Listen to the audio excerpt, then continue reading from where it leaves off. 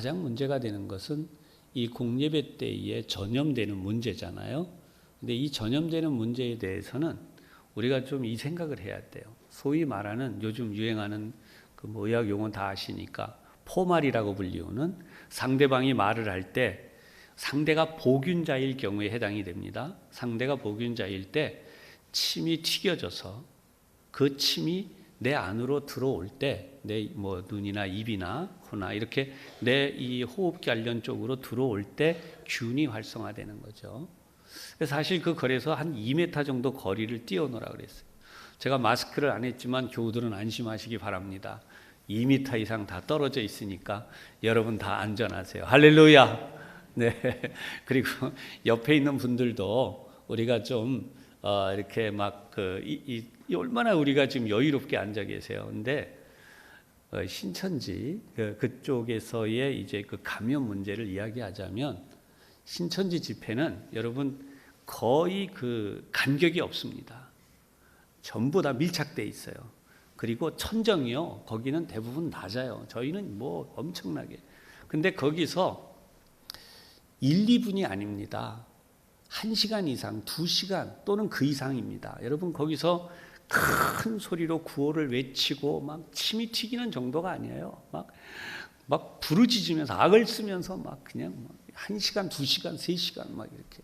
그러는 와중에 그것이 이제 다 걸린 것도 아니고 그것이 이제 보균자들이 옆에 이건 어쩔 수 없잖아요. 그거는 배양 접시와도 같아요. 그래서 그냥 그렇게 옮겨간 것인데 우리 공식적인 발표에 있는 것만 말씀을 드리면 공기 중에 에어로 이런 것은 그다지 얘기가 오고 그리고 중요한 것은 이 사람 몸에서 몸으로 전달되려면 적어도 보균자의 침, 타액 이런 것이 옷이나 손이나 이렇게 묻어가지고 상대방에게 가야 되는데 여러분 만약에 그런 균들이 우리 몸에 묻었다면 햇빛 아래서는 뭐 빠르게 사멸이 되고요.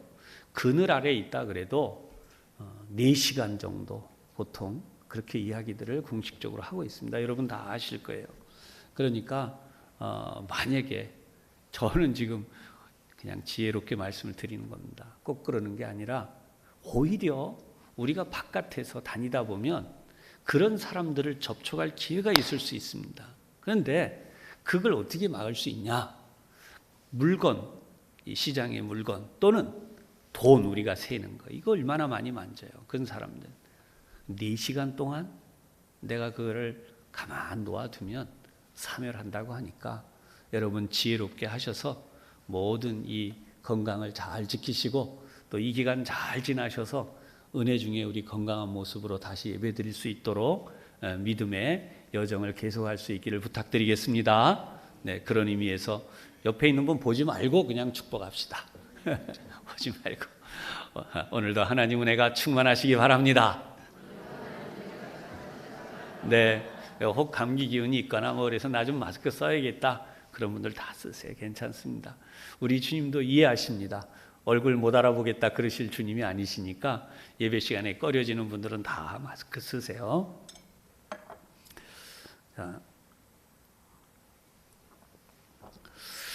자, 오늘 말씀 제목은 예수님만 보여야 합니다. 이런 제목입니다. 예수님만 보여야 합니다.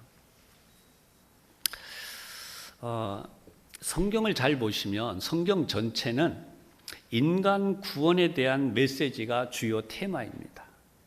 인간 구원에 대한 메시지가 성경의 테마인데 여러분 이 테마 속에 보면 가장 중요한 것들이 있어요. 그게 뭐냐? 하나님이 누구시냐라고 하는 것입니다. 그 다음 인간은 어떤 존재인가? 하나님은 누구신가? 인간은 어떤 존재인가? 이게 성경의 중요한 테마예요.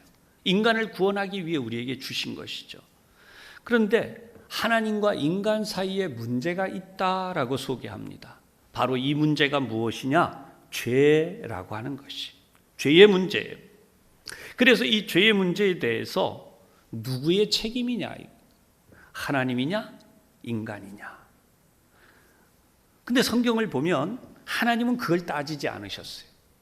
그래서 하나님은 인간의 죄의 문제를 해결하러 오세요. 그것이 마태복음 1장 21절이에요. 아들을 낳으리니 이름을 예수라 하라. 이는 그가 자기 백성을 그들의 죄에서 구원할 자이심이라 하니라. 아멘. 이렇게 성경을 우리가 보다 보면 구약과 신약의 차이를 발견합니다. 성경을 많이 보시거나 연구한 분들, 심지어 이제 신학자들까지도 이야기를 하는데 구약과 신약의 차이가 있어요. 어떤 이들이 험하게 이야기를 하는 분들이 이렇게 말합니다. 구약의 하나님은 잔인한 하나님이다. 막 보복하고 죽이고 막 이렇게.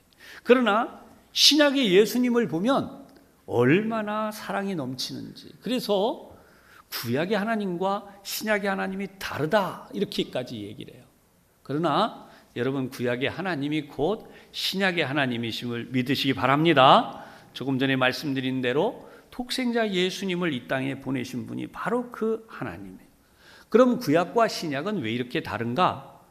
구약은 죄를 알게 하는 율법에 대하여 더 많이 초점이 맞춰졌어요. 아멘. 이 사실을 우리가 이해를 해야 돼요. 그래서 이 율법에 대해 더 많이 알려지고 또 알게 하려다 보니까 죄에 대한 부분이 나오고 심판에 대한 부분이 나오는 것이죠. 거기에 대해서 신약은 이 죄를 사하시고 해결하시고 구원하시는 일에 대하여 더 많이 초점이 맞춰져요. 그러니까 이 신약의 예수님, 하나님은 굉장히 너그럽고 자비로운 분인 것처럼 보여지는 것이죠. 그러면 이 부분에 대하여서 우리가 좀 잘 이해해야 되는데 오늘 본문도 바로 그러한 메시지들을 우리에게 알려주세요.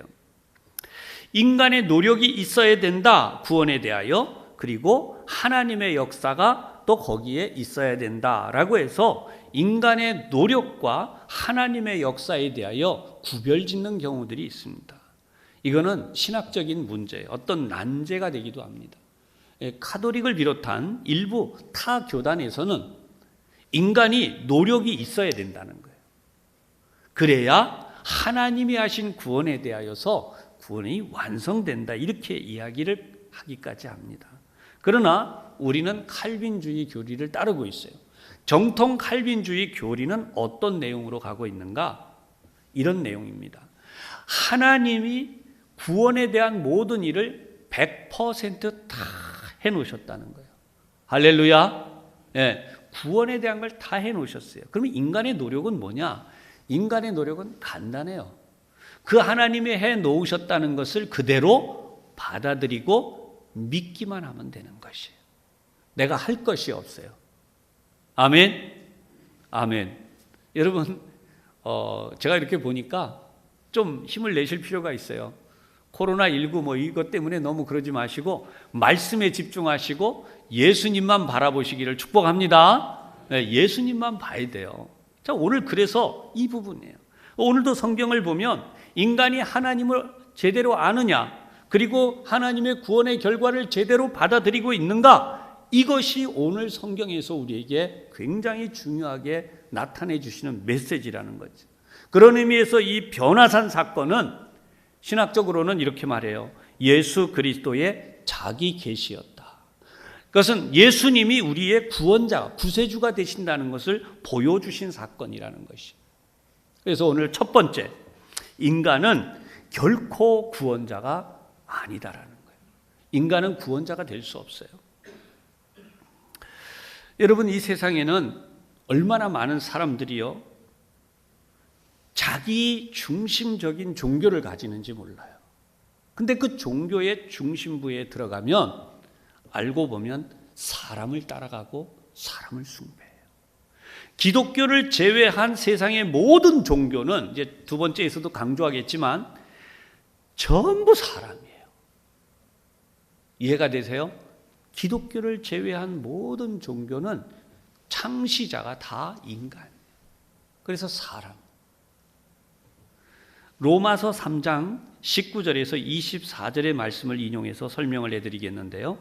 인간이 결코 구원자가 될 수 없는 이유는 19절, 우리가 알거니와 무릇 율법이 말하는 바 율법 아래 있는 자들에게 말하는 것이니 이는 모든 입을 막고 온 세상으로 하나님의 심판 아래 있게 하려 함이라.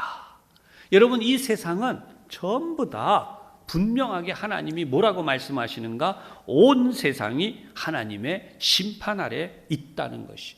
이유가 뭐냐? 20절, 그러므로 율법의 행위로 그의 앞에 의롭다 하심을 얻을 육체가 없나니 율법으로는 죄를 깨달음이니라. 여기에서 조금 설명을 좀 하겠어요. 여러분, 이 세상에 얼마나 많은 사람들이 내가 의롭게 산다고 하는지 몰라요. 그러면서 기독교인들을 비판하고 목회자들에 대한, 물론 도덕적으로 부족함이 보일 때 있어요. 거기에 대한 비판을 합니다. 그러면서 내가 의롭게 믿으면 내가 곧 의다, 이렇게 해서 수많은 자기의 의와 자기가 믿는 종교에 대한 자부심을 얘기해요. 그런데 사랑하는 여러분, 이 세상은 하나님의 심판 아래에 있어요.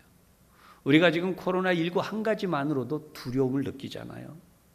이거는 늘 있어 왔대요, 의사들 말로는. 그러나 살짝 변형이 왔다는. 인간은 그럴 때 속수무책인 거예요. 그 정도로 연약한 존재예요. 그런 정도로 불완전한 존재예요. 그런데 마치 내가 의를 행하고 마치 의의 전부인 것처럼 막 그렇게 이야기를 하는 것입니다.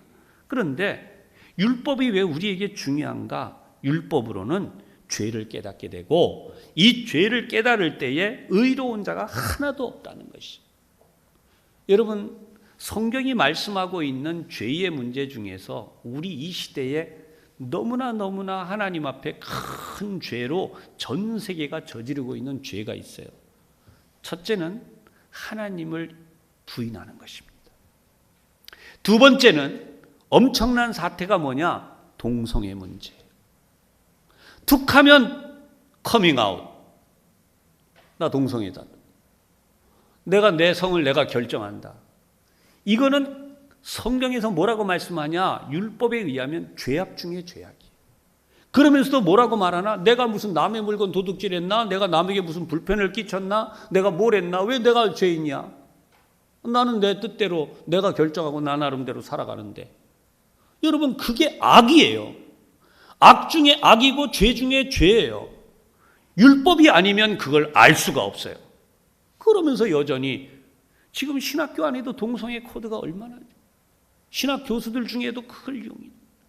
여러분, 이게 얼마나 끔찍한 이야기예요. 그러면서 내가 의의를 행한다?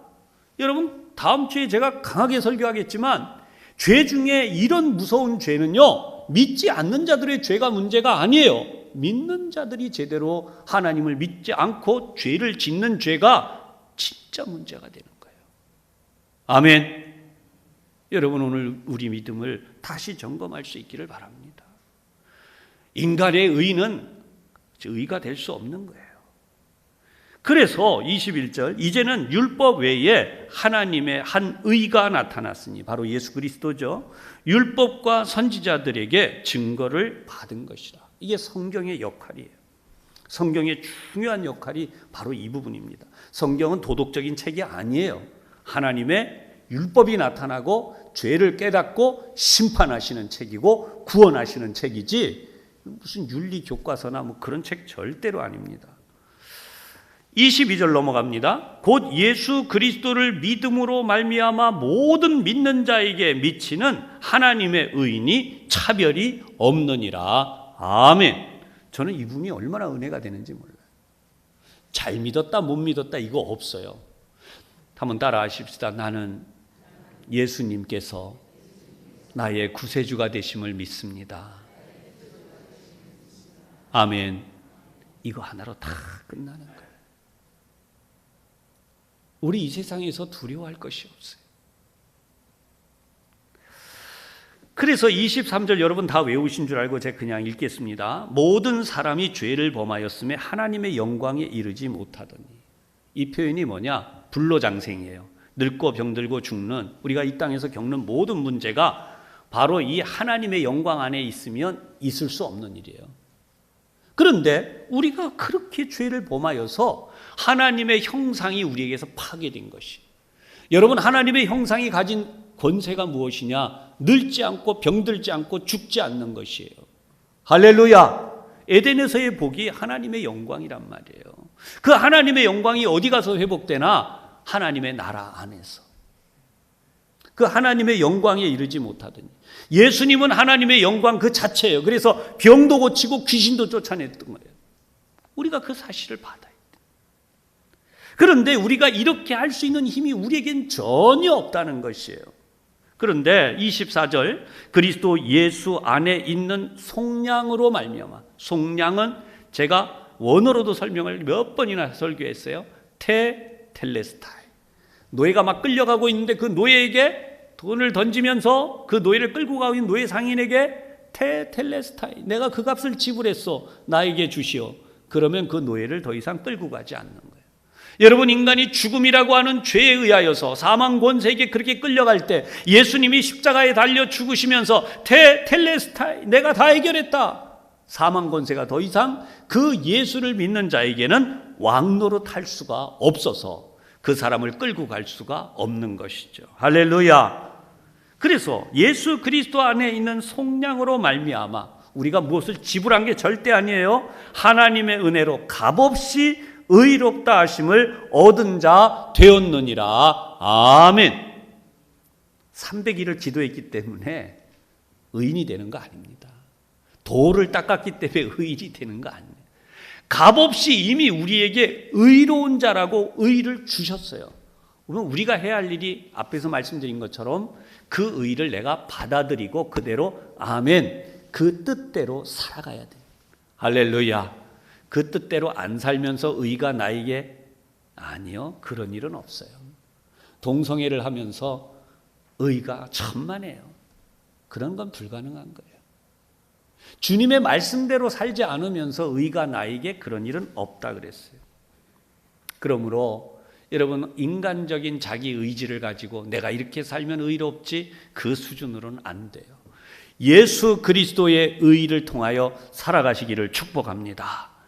두 번째, 우리가 이 본문에서 생각해야 되는 것은 역사 속에서 발견된 것이 신앙의 대상이 될 수 없다는 것이.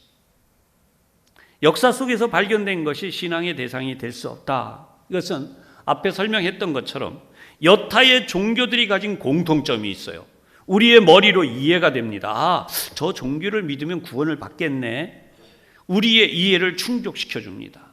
기대를 충족시켜 줍니다. 그래서 인간의 지혜로 설득이 되고 받아들여지니까 아, 믿어보자. 아까 말씀드린 것처럼 사람의 지혜로 가. 그래서 오늘 본문을 보면 베드로와 야고보와 요한이라고 하는 세 명의 제자를 예수님이 따로 데리시고 이 변화산에 올라가셨는데 이 제자들이 눈으로 탁 봤어요.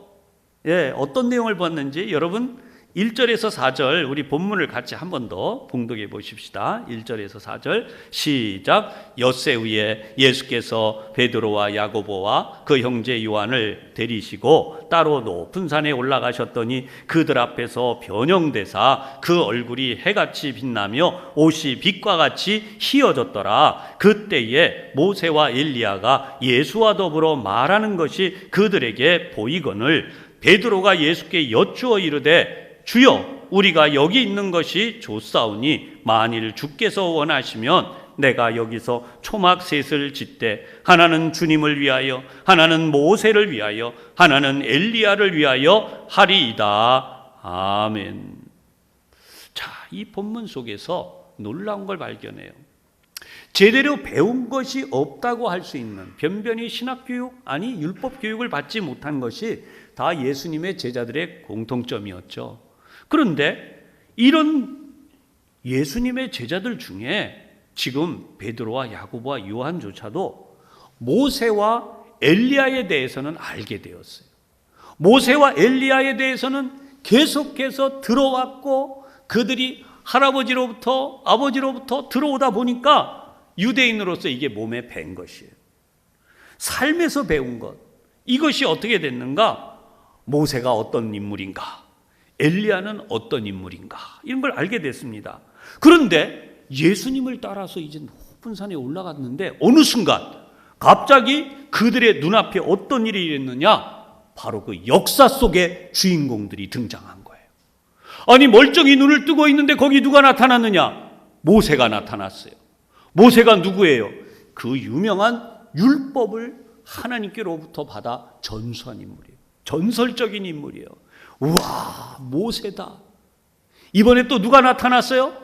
엘리야가 나타났어요. 엘리야는 누구입니까? 그 옛날 우상으로 나라가 넘어지게 생겼는데 하나님의 종으로 우상 숭배자들을 멸하고 말씀을 세운 위대한 선지자예요.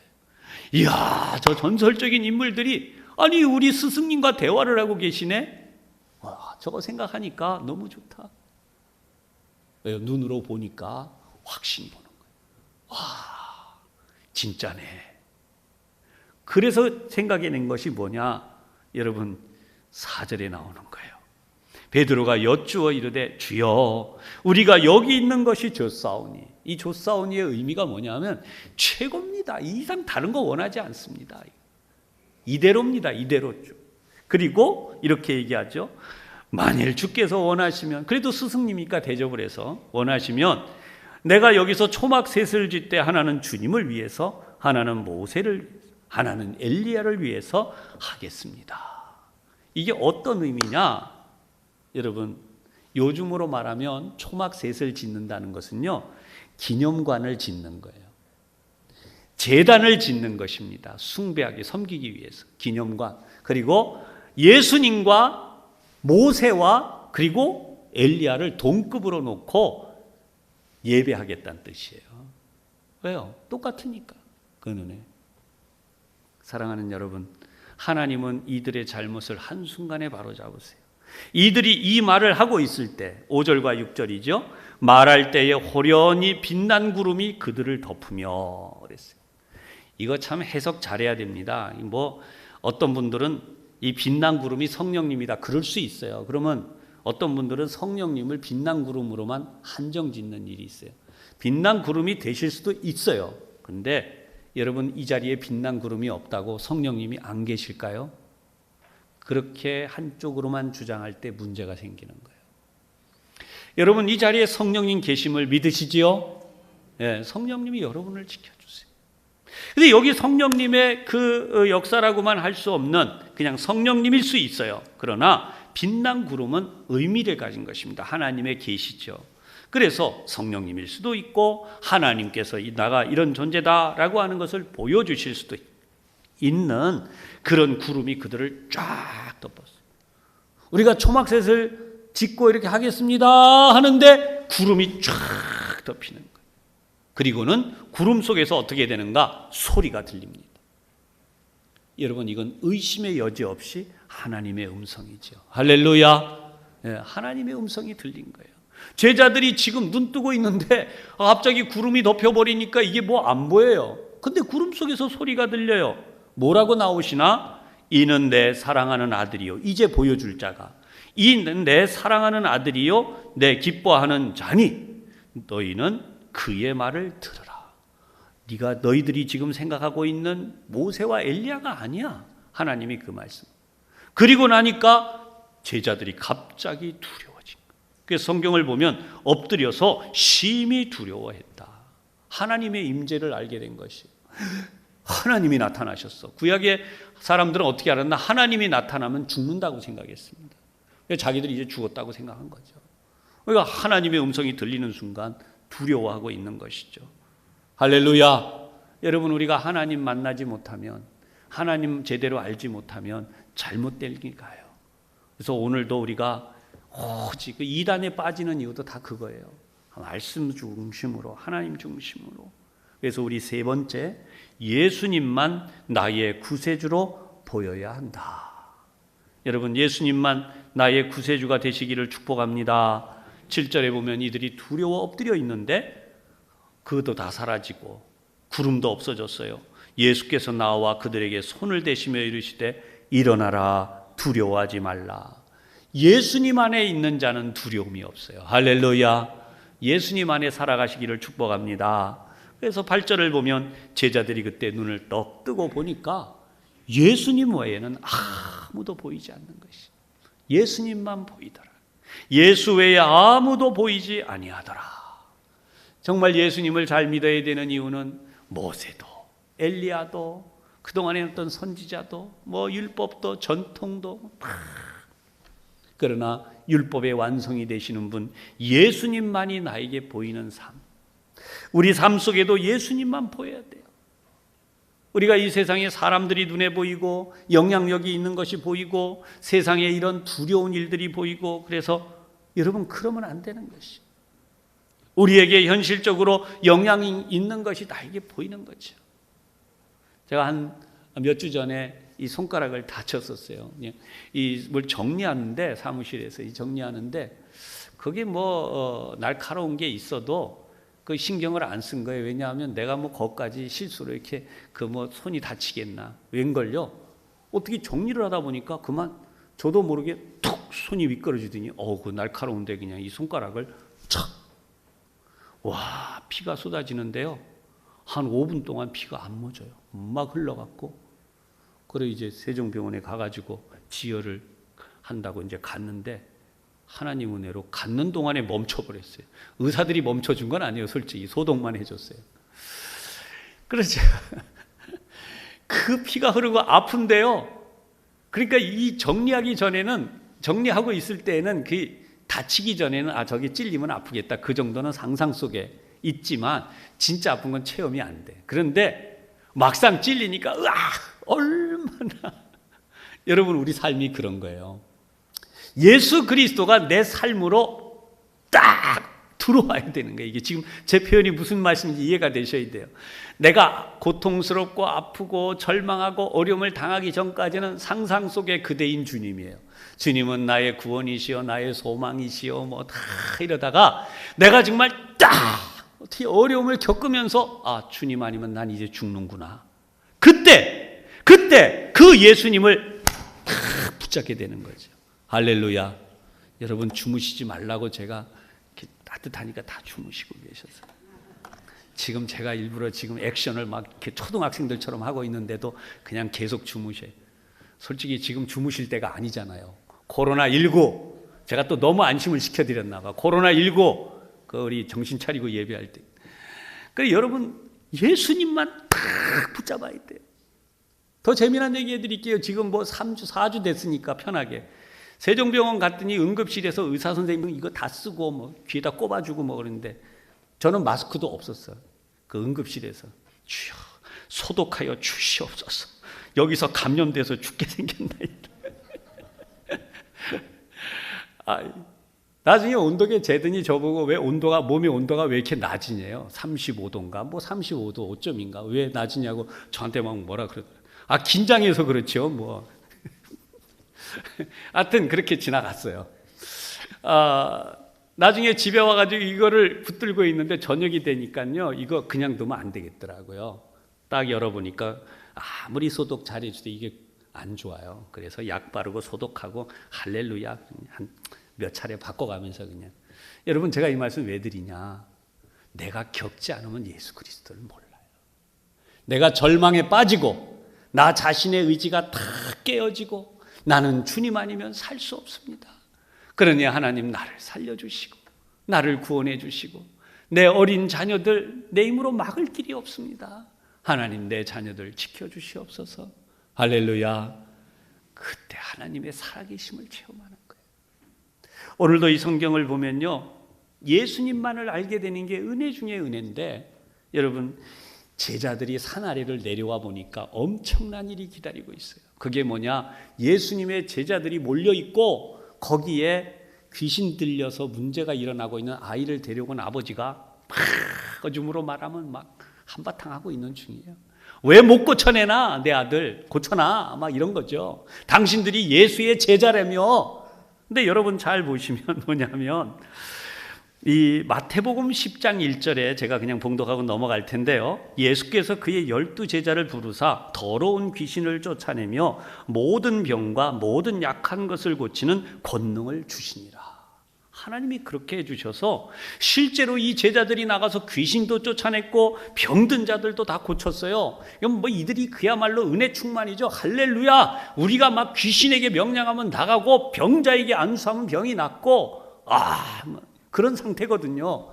그런데 예수님이 안 계신 동안에 실력 발휘를 해버리라 이래가지고 지금 한번 한 거예요. 마침 오니까 당신들이 예수님의 제자라며 저 의사들이 못하는 거 좀 해달라고 구세주가 된 기분으로 한번 해봤어요.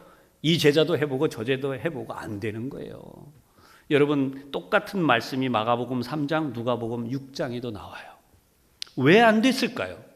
여러분, 본문의 내용이 다 있으니까 길게 설명 안 하고 제가 말씀을 드릴게요. 여러분, 믿음의 역사는 나의 노력의 결과가 아니에요. 아멘.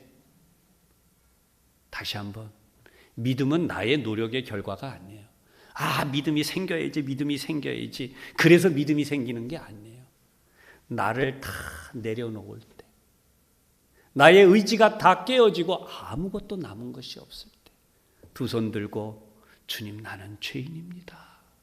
나에게는 죄밖에 없습니다.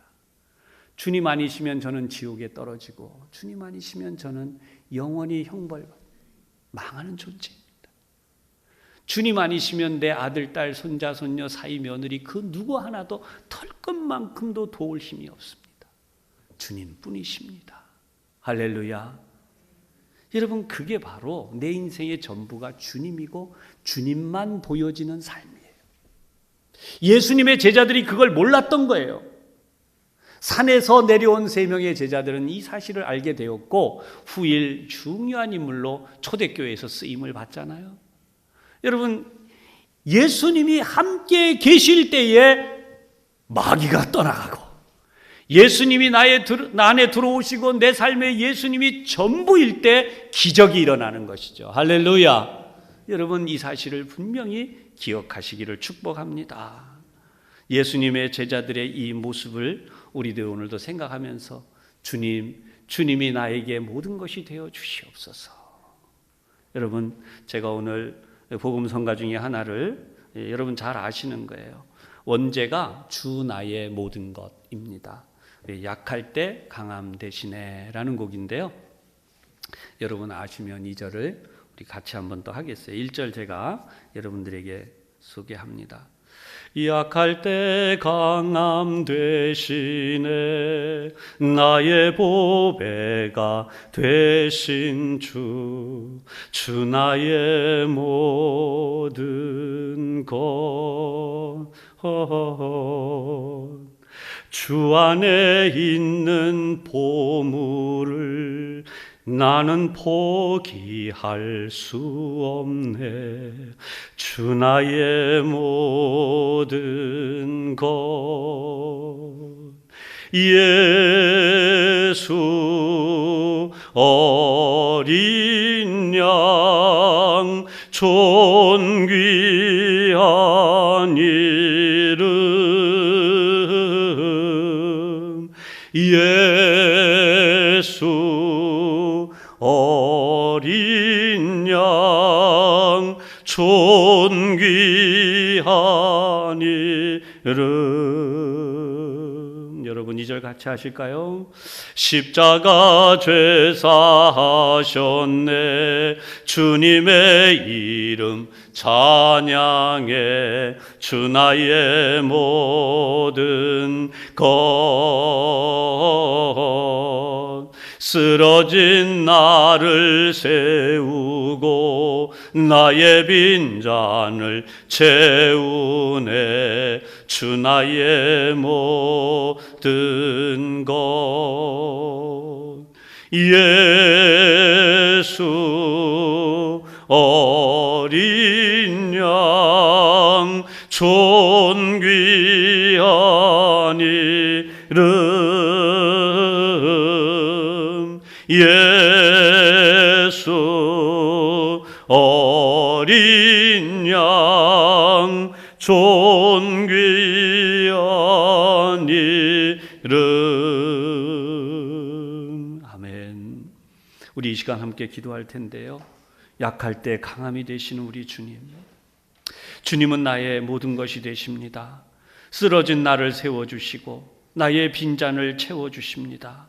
여러분 지금같이 어렵고 힘들 때 우리가 얼마나 곤고하고 때로는 쓰러져 버리고 말 수도 있습니다.